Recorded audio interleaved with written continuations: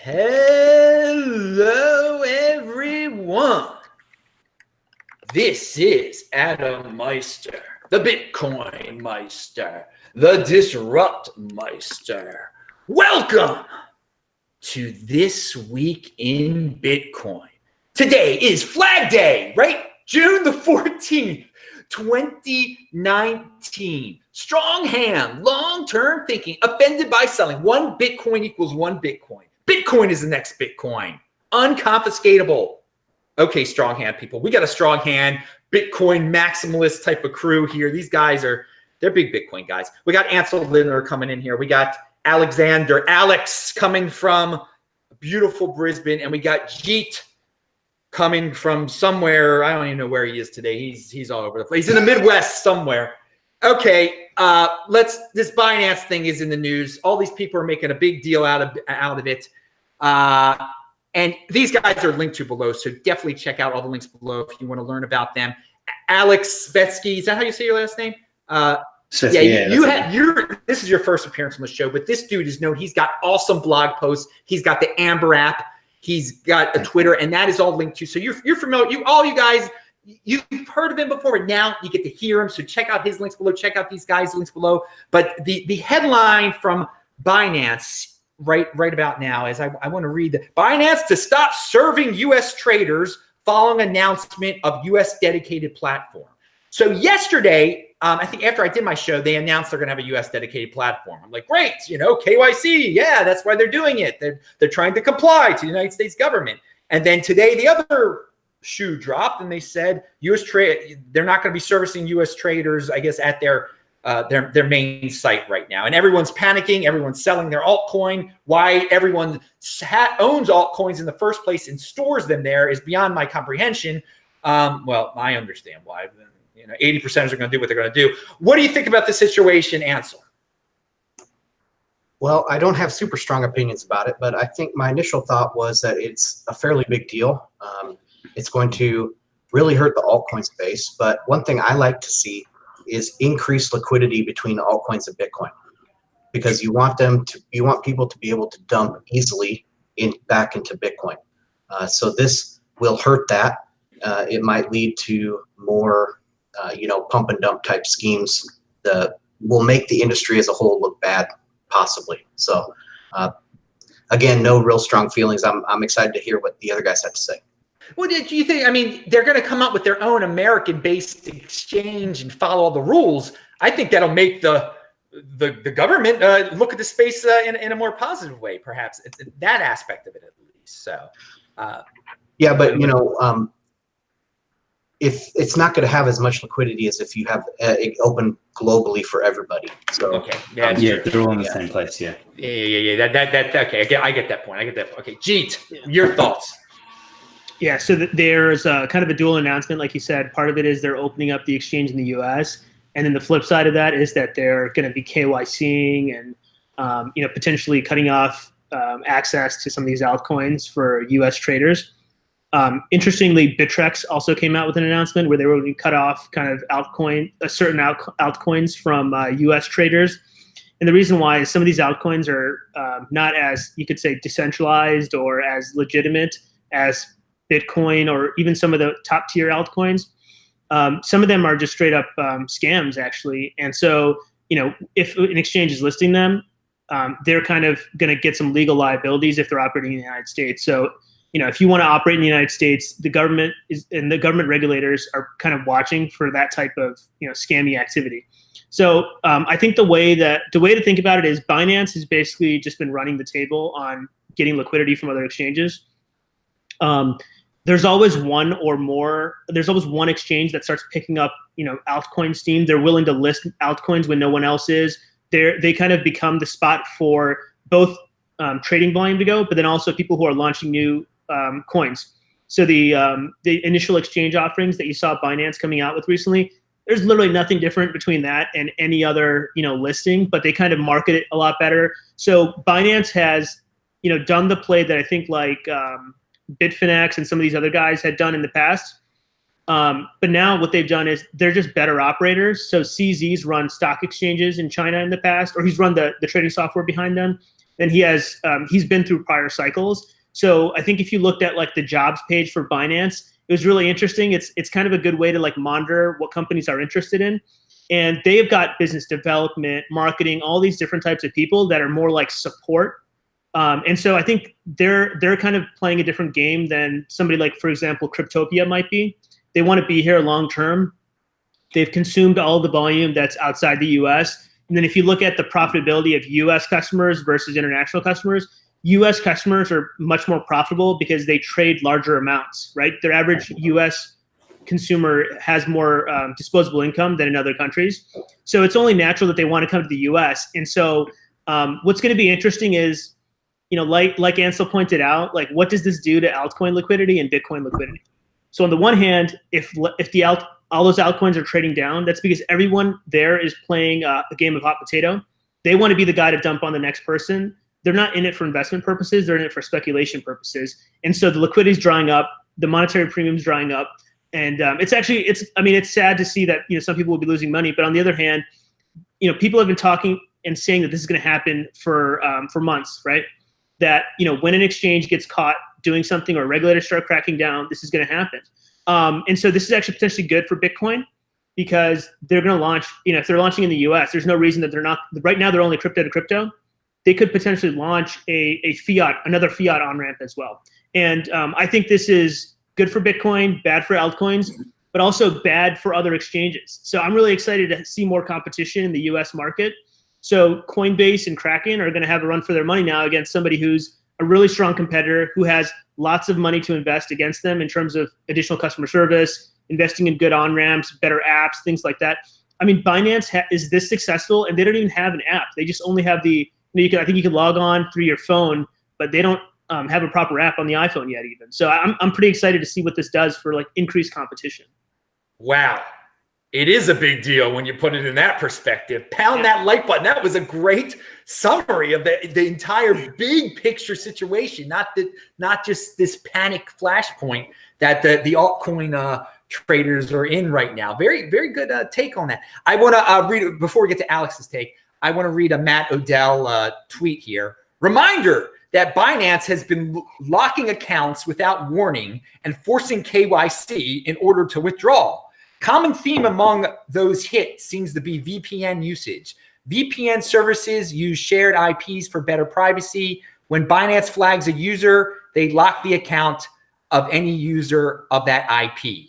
Hey, yeah, so another reason not to store any coins at any exchange, because at any moment they can claim a reason why they can confiscate or shut down your account and demand KYC information. It's definitely a game of hot potato when you're storing your coins there. Again, get a Trezor, learn how to control your own private key, et cetera, et cetera. Pound that like button. Alex, your take on Binance. You're in Australia. You're going to have a completely different take, I guess. Yeah, well, do you know what? I actually just want to get a little clarity around. So to use Binance, because I don't use Binance much at all, actually, and I've tried to close down. I remember in 2017, you end up with about 15 different exchange accounts, and you forget where all your coins are and all that stupidity, right? So, I've kind of left those days behind, and I've shut everything down. So I can't even remember. I never went through the KYC process on Binance. So for me to be clear and be able to comment on this, if you're a US citizen at the moment, does that mean you cannot KYC on Binance? Is that correct? So I'm not sure exactly how it works, but their trading system is similar to like Kraken, where there's tiers of verifiability. And yeah. the more, you can start trading some small amounts. If you provide them KYC, you can start trading larger amounts. Larger amounts, yeah. So what they're doing with the US, at the moment, the assumption is that there's US people trading on Kraken, just non-KYC, right? Binance, yeah. Yeah, okay, cool. Sorry, yeah, Binance, yeah.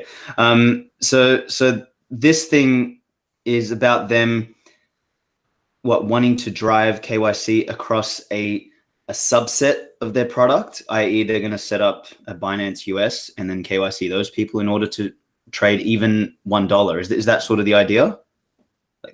Yeah, that's what it seemed like. I mean, if you think about Coinbase, they require KYC, right? Yeah, straight off the bat, yeah. Yeah, right off the bat. So the reason they historically haven't needed to provide KYC is because it's been crypto to crypto. So you just load it up with Bitcoin and can start trading. But if they're going to require those on ramps, they're probably going to require it. However, I think as long as you're willing to keep it crypto to crypto, they shouldn't require it, because there's others like Abra, that doesn't require it as well. So I think for them, it's on the one hand, the way that they're kind of reducing their legal liability is they don't let you withdraw more than 2 Bitcoin a day, I think, without your KYC. So they're kind of reducing the potential for some big player to go in there and, not pay taxes or something.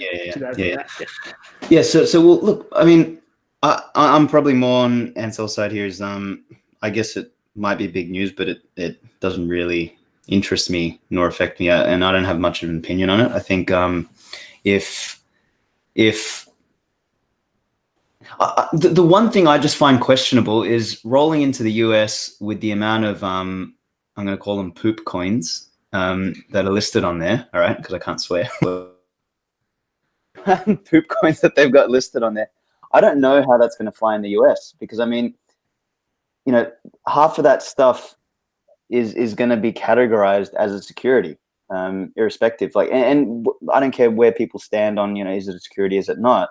I mean, we've seen how the SEC feels about this stuff. At the end of the day, these things were, no one bought ICOs so that they could support projects. They bought them so that they could gamble, trade, and invest. So, I mean, that's the piece that I think is important. So them rolling into the US, I don't see how they're going to be able to trade anything outside of Bitcoin and a couple other things, as opposed to all the other garbage that they've got on their thing. So I don't know.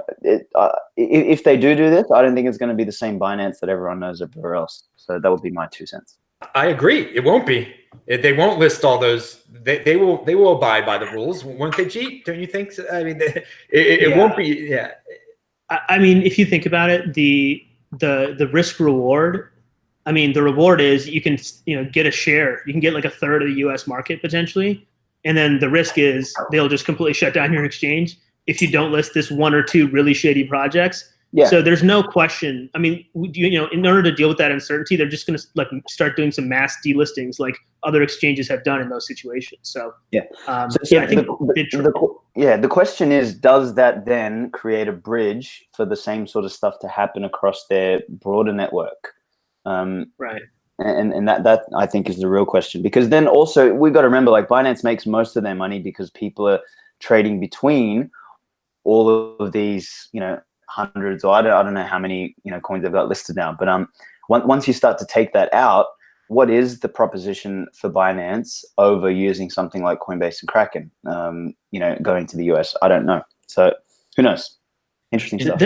Yeah, I want to just point out that so one of the things that it's like a concept that's kind of been in vogue in U.S. investing circles is the game on the field. So like Bill Gurley, who's one of the early investors in Uber, talks about this all the time, where, dude, in Uber, they want to have profitable routes, but they raised a ton of money preemptively and started, kind of spending money on driver incentives. So all their documents are publicly filed. You can see they spend a decent amount of money on just driver incentives to, make sure there's decent supply, matching supply and demand.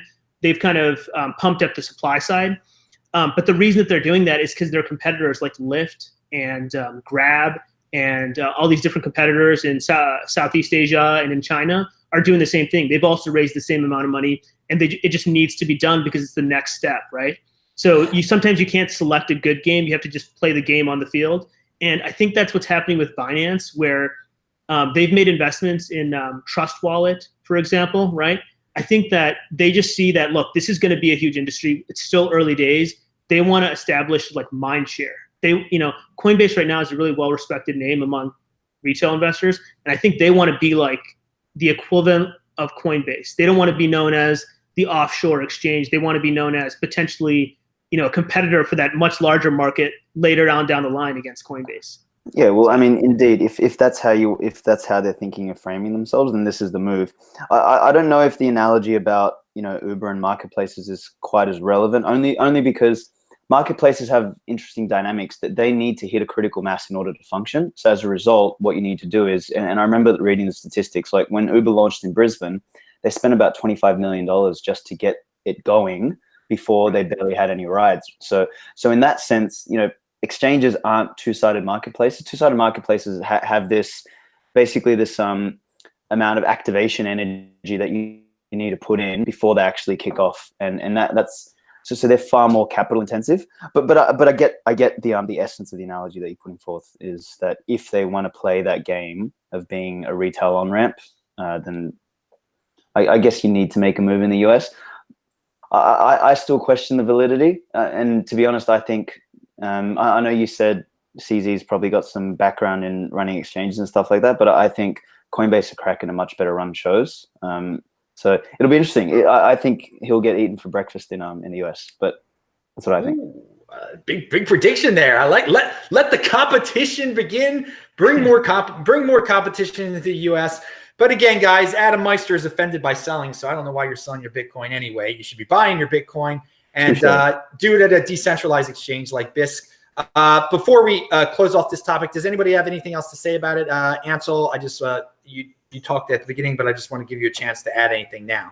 Yeah, I just want to say there's been some other big exchanges that have tried to come into the U.S. Like Bitflyer was huge in Japan, and they are nothing in the United States. And also this is going to hurt new altcoins from launching, because they miss out on such a big market with consolidated big market in one place like Binance. So I think this is good for weeding out some of the new scams coming in. There'll be fewer scam coins coming in, but I don't know. Overall, I don't think they're going to stand much chance, like was said. All right, Jeet, you anything else? No, did we cover? All right, good. All right, good. I want Alex, hold up that cup that you have. Oh, okay. Yeah. Show everybody this. Wait. Is that clear? Yeah. It says F your white paper. Say a couple words so it say. Yeah, F your white paper. All right, there you go. So everyone got to see that. Pound that like button. All right, speaking about words that start with an F. Facebook coin, which is GlobalCoin. GlobalCoin gets big backers. Visa, MasterCard, PayPal, and Uber are among the calling it GlobalCoin. Is that a joke or is that for real? No, that is for real, as best as I can tell. Because there's another code name for it too. It's nothing like that. Libra. But it's global. It is global. I thought it seemed like pretty conspiracy. It's literally something out of a movie for sure. I know, man. That's like Dr. Evil stuff there, man. Yeah, I thought the same thing. But hey, it's generic. It's very generic. They're appealing to generic type of people. They want to be dominant. So anyway, they got Visa, MasterCard, PayPal, Uber are among the firms that will invest around $10 million each in a consortium that will govern the digital coin. Okay, so it's a stable coin. They've got some big names investing in them right now. Seems pretty generic, getting a lot of press. Again, I say let them do what they're going to do. I think it's going to bring people into the space, and it might fail. Who cares? It'll. Some people end up with some GlobalCoin and turn it into Bitcoin. Ansel, your thoughts on GlobalCoin? Yeah, I agree. Overall, it's super good for Bitcoin. People are going to get introduced to this idea through Facebook Coin, GlobalCoin, whatever. And then, oh, what's the difference between GlobalCoin and Bitcoin? Oh, look at this. There's so many better things about Bitcoin. So I think it's going to be very, very good for Bitcoin. What I don't understand about it is how they're going to hold any sort of peg against a basket of currencies with 1 billion users like this. I don't understand it. I don't either. Jeet, did you understand that aspect of it? How are they going to do that? No, I thought that was the funniest part, because that's like the most unrealistic out of everything that they've said. Or it's like kind of the weirdest angle, I guess. So it's tough enough. Like, what is a basket of? It's such an absurd concept, because if you think about something like when you think of a basket of goods, you think of inflation. But even with inflation, with all the resources and everything else that everyone has to study it, there's all there's a professor in every college that's studying inflation. There's still no widely accepted measure of inflation. The U.S. government uses 3 different measures of inflation, and because it's completely kind of up to the eye of the beholder, because depending on what you put in the basket, inflation is up, inflation is flat, or inflation is down. If you look at the cost that people are actually paying for stuff, it's way up. But if you look at just like the cost of cheese or something, it might be going down. So it's going to be interesting to see what they actually put in that basket. If it's just currencies, it's going to be interesting to see, what happens if they put the US dollar and the euro. Italy exits the euro, and then the euro falls, and all of a sudden people are seeing what they're holding falling. So I think that there's some like potential risk in creating a basket versus just tying it to the US dollars. But I think similar to the consortium, I think that they're introducing artificial complexity to reduce their legal liabilities. That's just my take on that whole angle. They don't want to be a dollar. Let me tell you something there. That line, I mean, that is the takeaway line of the day. Man, that was awesome. Artificial complexity, to say it again, to avoid legal. That was great. Liability, yeah. Yeah, that's something. They're creating a bunch of nonsense so they think they can get away with this. How's that like fun? So what's interesting? I was doing like research on this, and somebody on Twitter had pointed out they did a virtual currency before, similar to like V-Bucks in Fortnite. It was called like Facebook credits, and it was convertible. $1 is 10 Facebook credits, and then they shut it down because some government department released regulations about money transmitting, and it kind of fell underneath that, so they just shut it down to again reduce their legal liability. Now I think the prospects are so high that they're just like, let's just give it a shot and figure out some way to work around the law. I would assume they've already talked to someone at the SEC. I would think. They're a tremendous corporation with a lot of power, a lot of connections. You would think they would ask someone's, hey, we're going to do it this way. We're going to have a global basket, and we're gonna sell our. What are they selling their to corporate? Anyway, they're partnering with these corporations on their. What's the word? Anyway, Alex, your thoughts on all this? Man, I've just listed 4 questions. So the first part that confuses me is what's the incentive for the node operators? So I'm going to pay 10 million, and what do I get? Do I get some quasi power or some ability to like get a seigniorage or charge something on the creation or the management of this sort of token? Or what? I don't get that. I don't see why any sane institution or anything like that is going to drop 10 million for the right to validate amongst peers that this is how much coin there is. Like I don't know, and that's the first part that makes no sense. I don't know if you guys have comments on that, or do you want me to just go through? Well, no, you see, that was the word I was looking for. Selling their nodes for 10 million, and it makes no sense to me either. I think it's like it's like they're buying a billboard, kind of. They're like, hey, we're associated with Facebook Coin. That's what it seems like to me. Like I don't know why anyone would pay for that, but yeah, they're going to make money from lending out the underlying, right? So they might raise $1 billion in euro, yen, and dollars. And they're going to invest that elsewhere, and then the nodes will probably get a cut of that. That's my guess. Interesting. Okay, so it's like, so their $10 million investment per node is that's going to then be okay, all right, yeah, that is an arguable method. All right, so that's cool. So the second question is, where is it being used, traded, or is it going to be floated on anything? So one of the things that makes cryptocurrencies, a place to invest or put your money is this idea that you can speculate, trade, and do all that sort of stuff. So I'm really skeptical of seeing, GlobalCoin on Binance, for example. Like I don't know if that's going to happen. So then the question then becomes, what is it? Is it a crypto, or is it just a credit system that's being used on Facebook? So does anyone have any comments on that? Yeah, I think that's a really good point, that because it's not a traditional cryptocurrency, it's going to, so one of the things that I also read was that the way that they were going to get governments comfortable with it is by doing KYC. But if they're doing KYC, is it an actual cryptocurrency like in Ethereum that it's like there's a private key, there's an address, you've got locked coins and things like that? Or is it just something in a database, right? If it's just something in the Facebook database and you need to pay $10 million to be a business that can kind of operate, that's a different story, and it's kind of cut off from parts of the digital economy. But on the other hand, because Facebook owns WhatsApp, they've got an interesting play of just being the equivalent of Alipay, WeChat, Venmo, Zelly, Cash App, all these guys that are just, me and you sending money back and forth to each other.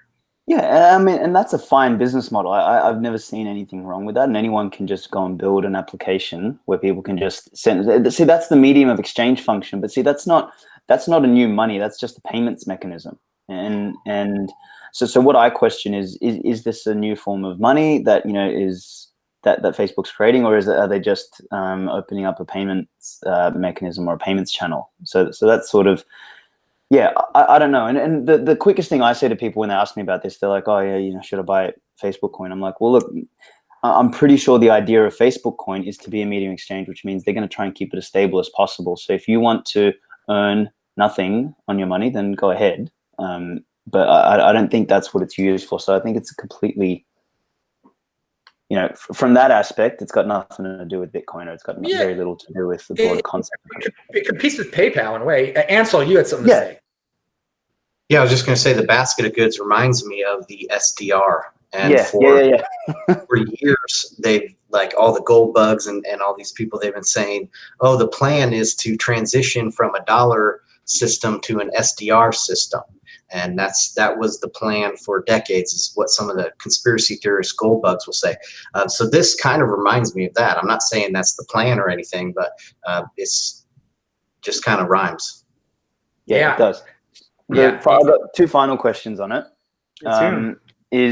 So whilst it's supposed to be based on a basket of goods, what is it supposed to actually track? Is that basket of goods supposed to be fractionalized so that one global coin is equal to $1 US, or is it going to be one global coin equal to $1 Zimbabwean dollar? I don't know. Like, does anyone have any comments on that? Or I don't think there's nothing that's been leaked or released publicly yet on what it is. But to your point, if it's tracked on a basket of goods, it's not going to accrue a monetary premium.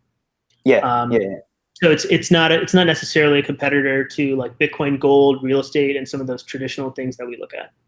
Okay, and then my last one is how does it translate? So Facebook's a publicly traded company which needs to show profits, losses, revenue, top line, bottom line, all that sort of stuff. So I wonder how this translates back to like real world money.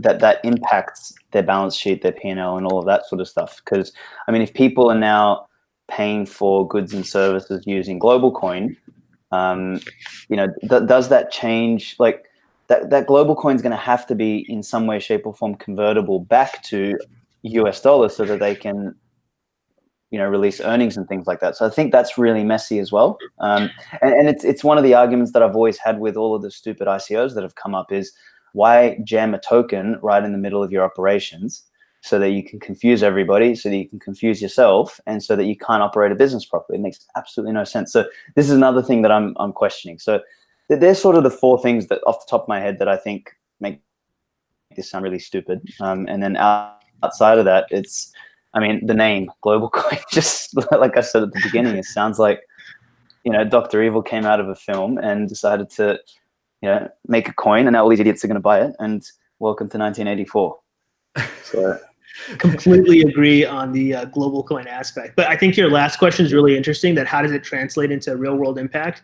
Because like you said, we don't know yet what the node's incentives are.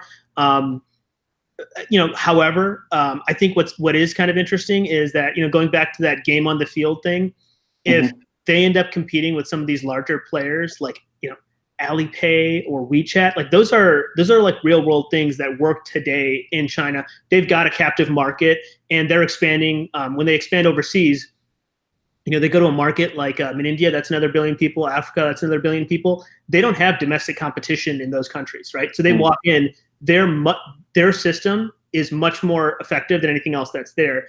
Worldwide, the trend that's going on in payments is the transition from cash payments, like physical dollars, back and forth, to digital, right? And so it's still, the thing is, it's still below 50% digital. So that transition is still going on. All of the kind of payment processing companies that are doing stuff in the background, they're all growing at double-digit growth rates, right? and they have amazing multiples attached to them because people love to see a sure thing that's growing at double-digit growth rates. So I think what's interesting is if you value Facebook as like a percentage of their total addressable market and stuff like that, by flipping a switch, essentially by adding payments on WhatsApp, they're now, they've just taken their growth rate and added a potential accelerant to it. So you could see them doing this just to, one, protect their flank from WeChat or Alipay doing it ahead of them, but also, increase their valuation. And then, potentially, we don't know how monetize just the amount of volume of transactions that could potentially be going back and forth. Yeah. So, well, see, I agree. Sorry, did you go first? You finish? Oh, yeah. I was just going to say, the last thing that you mentioned about GlobalCoin was really interesting because if they're going to be KYCing customers, you could see the same frustration that people have with PayPal. PayPal takes people's money all the time. And the same thing with banks. They exclude people based on, the fact maybe they don't have identification, refugees, things like that. And that's gonna, I don't think that they're set up right now to deal with that type of, customer service level and all that other type of stuff. So. Yeah. Well, the one thing that you mentioned about all of those payments mechanisms is as far as I understand, when you're using Alipay, what currency are you using? What's it denominated in? Is it yen? Is it renminbi? I assume in China it's renminbi, but I don't know in other. I don't know if they have. I'm assuming they must have domestic. Let me. I'm gonna check it out. Yeah, because that's where this gets confusing, right? So for Facebook to just open up a payments platform, that's easy because then they can just use the US dollar in the US. They can use Australian dollar in Australia, etc. And that would make more sense because then they would be encroaching on the markets and they would be protecting their flank and doing all that sort of stuff. Where I think it gets conflated is that they're also trying to create a monetary unit as well as a payments platform. And that's the part that I think is questionable. So if Facebook tomorrow said, look, we're going to allow for, Venmo type payments from Facebook customer to Facebook customer, dude, I'd be piling all into Facebook Right. as a stock because that makes perfect. It's this other piece that I'm confused about and just brings out the conspiracy theorist in all of us, right? It's like it just sounds really fishy. It does. That's a good point. I just want to just tag along on that point because, I guess we were kind of conflating those two ideas. And one of the things that I like the way that I think about, like a Google or somebody entering someone else's market is Google enters everybody's market, and then the project team quits 3 months later, and that project falls apart, right? So generally, when large companies launch these like services to do something new, they fail because it's just a startup. And then on top of that, they've got the added cost of the internal politics and everything else. They can't be as crazy or as inventive and go all in like a new entrant could. So the SDR thing, that aspect of it that they're creating, that's an additional risk on top of the Venmo stuff that they're attempting. So good point. Totally agree with that. All right, Ansel, any thoughts? You've been silent for a little bit. Nope, nothing to add. Okay, good, guys. Oh man, a few words. Do you guys have are we going to wrap this subject up? Any more thoughts on the GlobalCoin from you two then? Okay. And I just think it's a net probably positive because it's just a bunch of confusion. I'm sure there is smart people there. You don't build a company of that magnitude by being stupid. So that nobody trips over and builds a 2 billion customer company. So there's got to be a motive. I just think with the amount of information and the amount of understanding that we've got at the moment, there's a bunch of questionable things. For me, it has absolutely zero bearing on Bitcoin. If it popularizes the term cryptocurrency, great. But me personally, and I'm writing an article now, which is called Bitcoin is not a crypto and it's not a blockchain. It's in a league of its own. And so I don't even like the term cryptocurrency. So if it popularizes that, great. But if it becomes a conduit for people to try and discover what Bitcoin is, and maybe from people, let's say, buying and holding a bunch of this GlobalCoin, and then for some strange reason not being able to use it. And experiencing that firsthand, and that sort of stuff getting out, that'll drive people back to Bitcoin because the whole point of Bitcoin is the antithesis to everything that this thing represents. So So that's my final thoughts. Very good point. Pound that like button. I want everyone in the super chat. Zach Bandera sent $2. He said, strong hand and offended by selling. Be a unique beast. Thank you, Zach. And CraigShip.com sent $5. He said, buy and hold Bitcoin until 2028. Think long term and pound that bell. Yes, pound that like button. Thanks, Craig and Zach. Well, let's talk about Amber app, shall we? Alex, I talked about it. I talked about it on a past show, but quickly say what it is and what you're doing down there in Australia. And I like it a lot. It gets, I say value every penny you got, and they can turn a bit of change into Bitcoin for you. So what's up there in Australia? Look, the simplest way to think about it is I've been, as we all have, we've all been telling people to buy Bitcoin for years. And, it's generally in the too hard basket or the too confusing basket or the too risky basket or the too this or too that. So I saw the Acorns model. It made a lot of sense to me. And what I want to do, like, I agree with the micro investing concept. I don't agree with micro investing into ETFs, because by the time, you look at your net gain at the end of the year, it all gets eaten up in fees. But I've been to finish that initial sentence, is I've been telling people to buy Bitcoin for years, and it's always been in the too hard basket. And I know that as soon as people buy a little bit, whether it's $10, $50, $100, 500, $1,000, whatever, a little bit of skin in the game starts to suck them in, and they start to get interested and they want to do more digging. And then they start to realize slowly by slowly how profound this thing is. So it's literally like the high level goal for Amber is to help 1 million people buy some Bitcoin.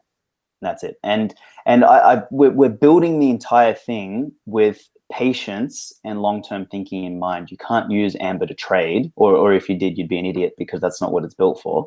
Amber is designed for you to dollar cost average and just accumulate. That's it. 100% of funds are in cold storage. So, we try and manage that well, because we're a buy side primarily exchange. So, anyone who's selling at any point in time, we just net off and we just, continue to purchase. So we've always got heavier buy side volume, which allows us to do 100% cold storage. And then we just make it simple to buy and hold this stuff. And then if anyone who wants to, reach a threshold, for example, they can automate. They can say, look, when my accrued holdings reach $1,000, transfer it out into my own, ledger or Trezor or something, via a whitelisted Bitcoin public address. So yeah, that's really, like, to try and sum it up in a nutshell, is it's a mechanism for people anywhere to get involved. And whilst it's only available in Australia, as we sort of broaden out jurisdictionally, we're going to have the same, KYC AML challenges. We can allow people to get into it without having to KYC on the way in, primarily it's up to about a couple $100, because, we form this sort of low risk base for users. But we are bound by, all of those regulations and all that sort of stuff. But because it's small change, and, people are completely, and I always advocate for this, is when you pull it out of whether it's Amber or Coinbase or anything, coin join it and then move it to where you want to, so that way you sort of increase your privacy again. But it's just an accumulation product that makes that process as simple as possible. And it's Bitcoin only. Like, I don't give a crap who pays me or what they want to give me. They can go to hell. It's only ever going to be Bitcoin. Whoa, pound that like button, dude. All the Bitcoin fans in the world are rejoicing. You're not selling out to some 6th tier altcoin to list Hell them. no, Yeah, and it's good. You're keeping it. That's the way it should be. Value your wealth in Bitcoin, in terms of, if you've got a little bits of fiat here and there, he lets you pick up little bits of Bitcoin here and there, and it adds up over time. So, has this gained some traction in Australia? This is more of a comment. What's the ecosystem like down there now? I haven't.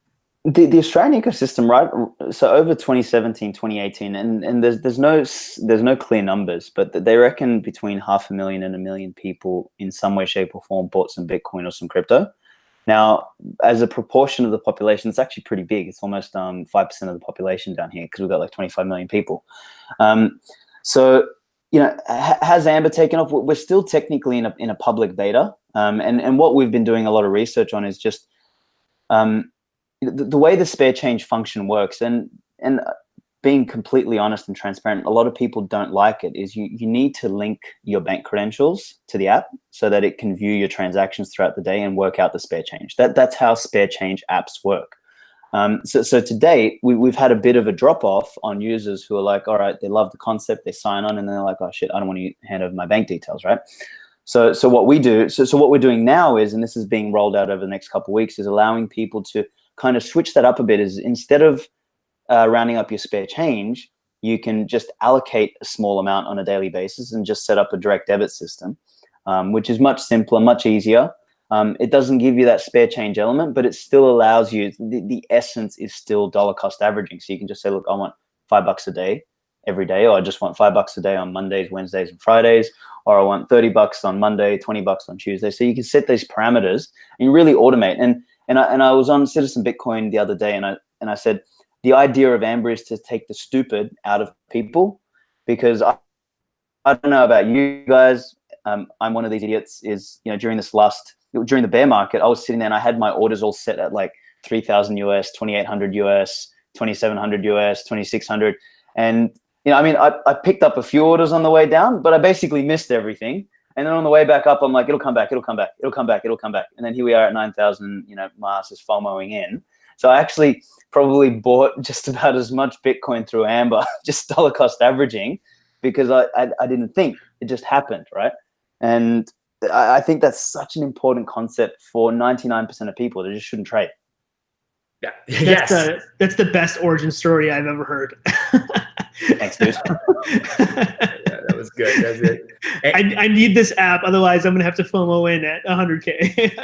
That's exactly right, man. Well, do you know what? We're gonna our campaign. So when I'm going out to raise a Series A, and then I'm gonna literally take out a few billboards around Australia and just say, you know, Amber is the cure to FOMO. You know, $10 worth of Bitcoin is worth, you know, so $10 of Bitcoin in 2012 is now worth 50 grand. Here's $10.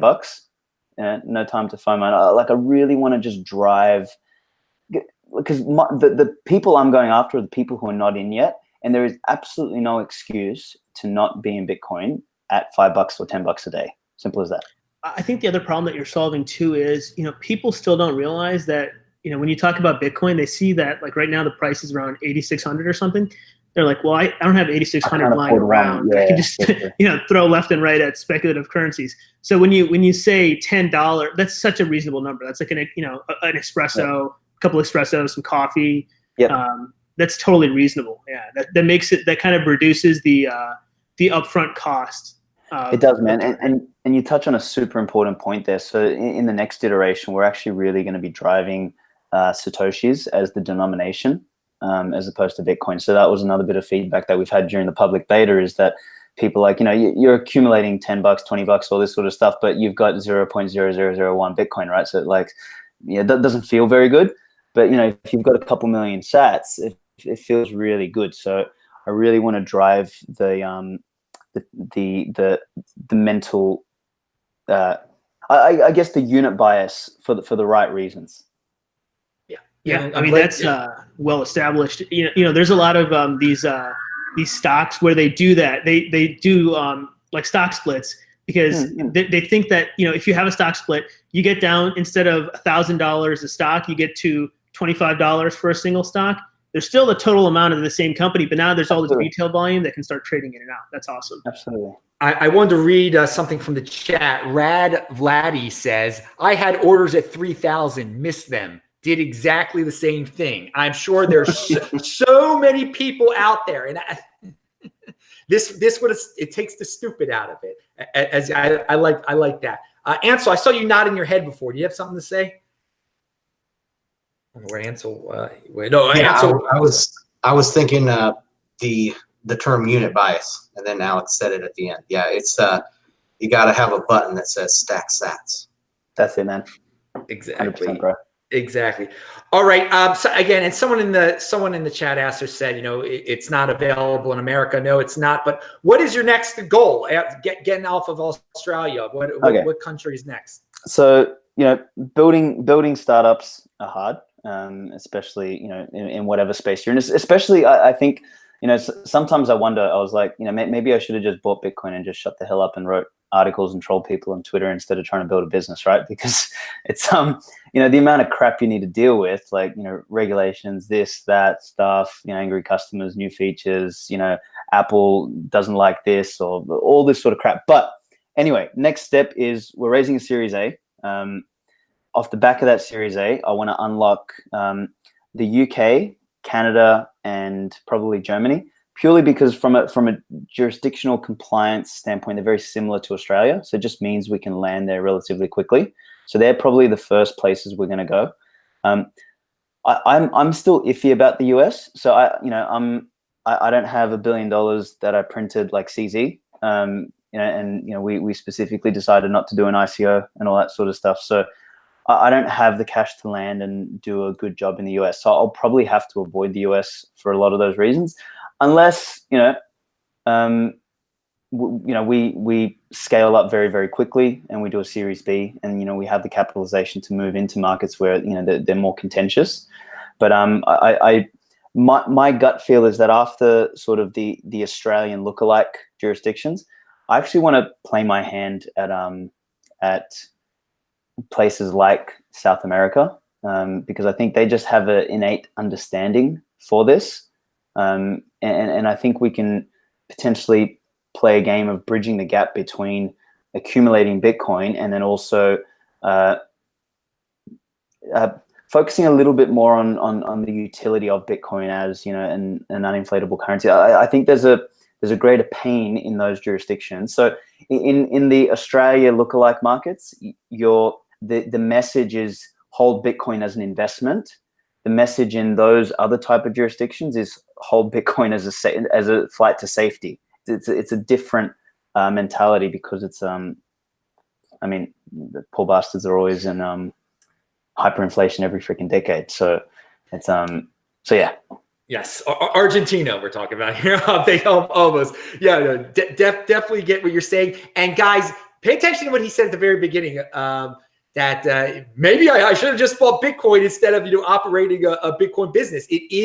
That's a good admission right there. It is difficult to do a startup in the space. I mean, maybe it is. I mean, for all you people thinking about investing in your friend's corporation, maybe you should just buy the Bitcoin. It's a lot simpler. And Alex just said he's got to deal with a lot of things. He can't even come to America. I mean, he can't even bring the business to America at this point. So I gotta make friends with Trump, man. I gotta be like, hey, dude, let us in. Yeah, again, and the thing is, to buy Bitcoin, you don't have to be friends with anybody. Everybody can hate you, and you can buy Bitcoin and do real well. Well, anyway, do any of the other panel members any questions that are Amber related before we move on? Yeah, I have one question. So, what do Australians invest in?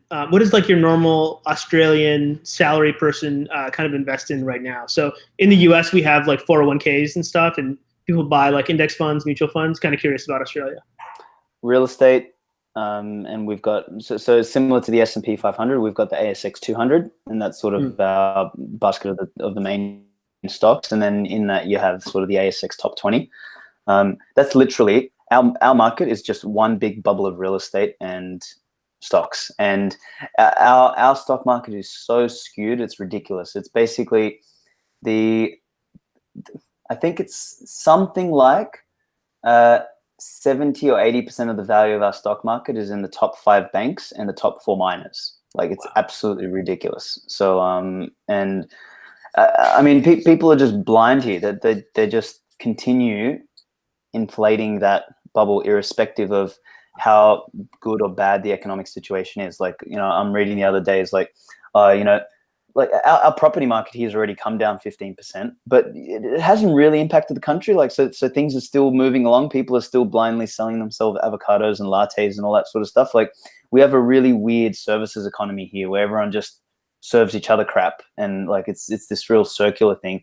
And the only reason we haven't, crap hasn't hit the fan is we got lucky in 2008 because China had a bunch of cash to splash and they bought all the resources and all the crap from the ground here. So we sort of dodged the major bullet and managed to continue to inflate all the way up. So it's really become indoctrinated that in Australia, what you do is you get a job, you get a mortgage, and then you lever up and you buy multiple properties. And the people who are generally celebrated here is 25-year-olds with 10 properties, no equity, and a little bit of a stock portfolio. Man, when this house of cards starts to shake up, it's gonna be a disaster down here. But anyway, I don't know if that's the answer you're looking for, but that's what they're investing in. No, that's exactly the kind of color. Yeah, that's really interesting. That's I mean, when you hear about Australia, you hear about. I mean, the thing that Australia's done really well, like you said, is the natural resources. Most countries, when you have that much natural resources, they have the resource curse where the people in charge just strip mine the whole country. Yep. I think Australia's done probably a better job than most in kind of spreading the wealth around. But to your point, it's kind of similar to some areas in the U.S. that are dependent on specific industries or specific resources where inflated real estate market and everybody's life kind of depends on servicing that one economy. So yeah, well, Sydney. If you guys ever come down here and you ever go to Sydney, I cop a lot of flack when I say this because I sort of grew up in Sydney and literally that place now runs on bankers, drug dealers, hookers, and real estate property developers. Literally that's what the city runs off. It's nuts, man. I will be there October 17th to 24th. Looking forward to hanging out with you dudes in Sydney. Yeah, definitely. I will be in Sydney. Yeah, Haas McCook, he's from there. Shout outs to Haas. Maybe he's awake. Or maybe he's been dealing with some of the things that were mentioned about Sydney. Pound that like, but no. He's a fun guy. He's a good guy. And he knows he values his wealth in Bitcoin. And so clearly in Australia, to fit in, you got to have 10 houses. Fitting in is overrated. Go to the opposite side. You don't want to be owning 10 properties. You want to be owning Bitcoin. 10 big. Exactly. Pound that like button. 10 Bitcoin. The Halving Show, who is in Norway, he just sent 20 Norwegian krona, and he said the block reward in 4 years and 11 months is 3.125 Bitcoin.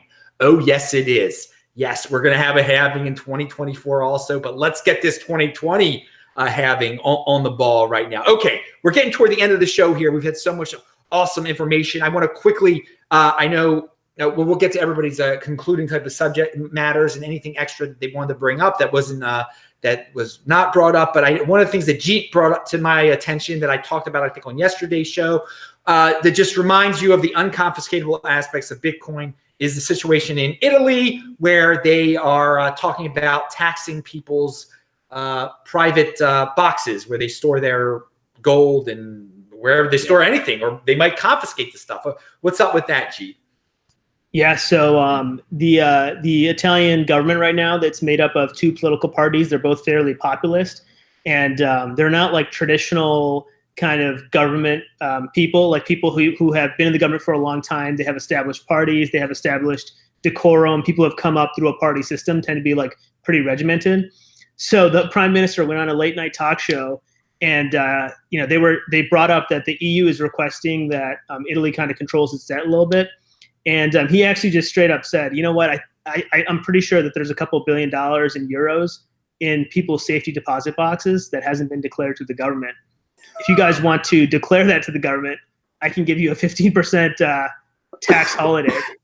And it's it's an interesting thing because it's like the power of defaults, right? So if that becomes the default, that the government sees dollars lying around and they've been profligate spenders, they haven't been monitoring their own budget, they can just run around and steal consumer deposits.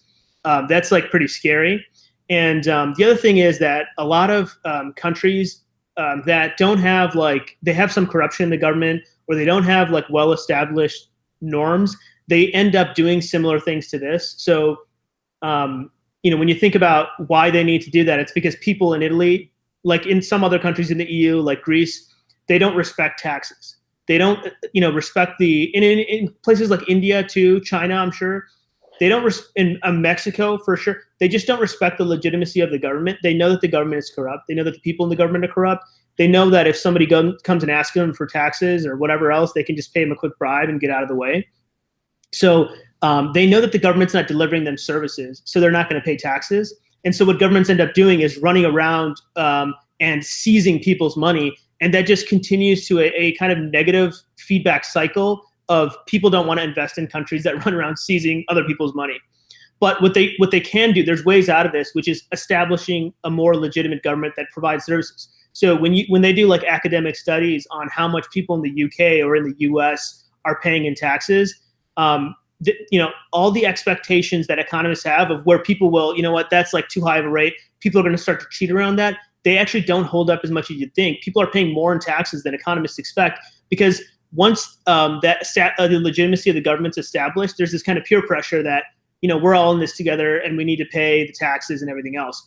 But in these other countries where the government's just not legitimate, they kind of end up, seizing people's money like this. So it's just a negative feedback loop. It's not clear how they're out of it. And the other thing that I want to bring up quickly, if I can, is, Italy does have a lot of debt right now, and the EU's asked them to cut it down. The way that they're responding is not by saying, all right, we'll introduce some austerity, we'll reduce corruption in the government so that we can increase our taxes. They're saying they're going to split away from the EU, essentially. They're making moves to establish a parallel currency. It's called mini bots, so mini just means small. Bots is like bills of treasury, like US treasury bonds, the equivalent of that in Italy. And what they're saying is they're going to print them out, and they're going to be small denomination, like $10, $100, and give them to people for borrowing debt or to repay debt in those mini bots. And the idea is that those mini bots circulate around the country as if they were like a new lira or the equivalent to the euro, so that the next time they have to go to the negotiating table and the EU tells the populist government, hey, you guys are spending too much money, get your budget under control, they can say, well, what if we just walk away? And normally, the EU has spent 40 years in increasing their control and taking away the sovereignty of all these different countries. So when Greece tried this, right, Greece was in trouble. They were going to have a bailout. And Greece said, we don't want to do austerity. You should force the lending banks to restructure their debt and take a haircut. And all those banks were in the EU. So the EU financial institutions, the largest one, said, no, you guys need to do austerity. And they tried to establish a parallel currency. And they just the EU, the Troika, IMF, all those guys just Hulk smashed the political landscape there. They got some of those people fired, and they gave nice plushy EU jobs to some of the people who agreed with them and agreed to go along with things. But what's happening now is those populists in Italy have seen that happen in Greece, and they don't want that to happen to them. So the next time they go to the EU, they want those bots to be circulating or to make it more credible so that they have a credible threat to walk away. When the Greeks went to negotiate against the EU, they were considered a pariah in the global financial markets, and they just had no credible threat that they could walk away from the negotiating table. So by establishing these mini bots and kind of increasing the credibility and already having it circulating, what they're going to want to be able to walk to the EU with is say, you already know we're populists, you already know we're willing to make moves that traditional politicians aren't willing to make, and we've already got these bots circulated. We're going to flip the switch tomorrow, and we're going to exit from the EU. We're going to crash the value of the euro, because Italy is the third largest economy in the Eurozone. And so now all of a sudden they have this kind of nuclear weapon switch that they can flip to kind of force better negotiating position for them. So I just think it's a really interesting play. I'm not sure if it's even going to go anywhere. It's not a legitimate government program yet, but it's just one of those things that's like a really unique thing that we just haven't seen before. We haven't seen other people in the EU trying these kinds of moves. So I'm kind of interested to see where it goes. Quite a name they're picking out. We're picking on GlobalCoin, mini bots. I mean, where's that one coming from? But Transformers in disguise. Yeah, I will say this. We've heard about the pigs nations for a while, and it's coming to the boiling point again. If you're in one of those nations, especially in Italy, you can pick your poison there. You can say, oh, it'll be all right. The euro will be fine, or oh, we're gonna print our own money now. Or I should just get into Bitcoin and not worry about all this darn drama. And of course, we have Giacomo Zucco and Federico, who've been on the show before, who definitely have chosen that route and are into the Bitcoin thing. So yeah, watch it get your popcorn if you're in Italy, only if you have Bitcoin. I mean, that whole situation seems quite messed up. But yeah, it'd be interesting to see what that does, what happens down there. It's the third largest economy in Europe. I didn't know it was the third, but that's pretty big right there. All right, Ansel, thoughts on anything that we have talked about? Anything else you want to add? Talk about your podcast. Obviously, somebody in the chat just said they love your podcast. All right. Yeah. Thanks for having me on. I just have a couple comments about the Italy thing. This is what governments do. They take your money. Most of the time, it's not so much in your face, right? And so this is a little bit different in how brazen it is. Just, we are going to take 15% of your safety deposit box money. But yeah, I don't think it's necessarily that the people don't trust their government. I think that a lot of times Americans have a false sense of like how much we trust our government. I think we trust the currency. We've had a privileged position being the reserve currency, and these other countries, they get inflation exported to them or whatever. Now, Italy, granted, is in the EU or in the Eurozone, but they generationally they haven't been with the euro very long, so they still have some of this cultural stuff where they don't trust the government. But those are my main comments there. Yeah, my podcast, Bitcoin and Markets, have an episode coming out after this, so just finishing up editing that. Thanks for having me on. Yeah, always great to see Ansel here, man. Take care, and he is linked to below, people. Check out his links, obviously. All right, Alex, you made a great debut on the show today. Anything you want to add about Amber or just any situation? You comment on Italy also. Dude, I don't have any comments on it. I think Jeet and Ansel just covered everything. I mean, thank you for having me on. Thank you for letting me shill Amber. It wasn't really my intent to shill it, but thank you anyways. I hope that, we can do a good thing there by helping more people get some Bitcoin. And yeah, man, real pleasure to meet you two guys as well, man. Like all three of you, in fact. So thank you for having me on. Awesome. All right, everybody. All these guys are linked to below. That is the end of the show for today. Remember, we do this Friday show. It's every Friday. It depends on the guest what time we do it, but you can watch it at techbalt.com, techbalt.com. Follow me on Twitter at techbalt. Disruptmeister.com has every show that I've ever done. I do a new show here every day of the week. Fridays are the big interview shows. Saturdays are Beyond Bitcoin. So tune in to disruptmeister.com. Every single day you'll get a new show. I'm Adam Meister, the Bitcoin Meister, Disrupt Meister. Subscribe to the channel. Pound that like button. Bang that bell button. Shabbat shalom. Everyone have a great weekend. All those Canadian hockey fans, have fun going crazy over basketball. See you guys tomorrow. Bye-bye. See you guys.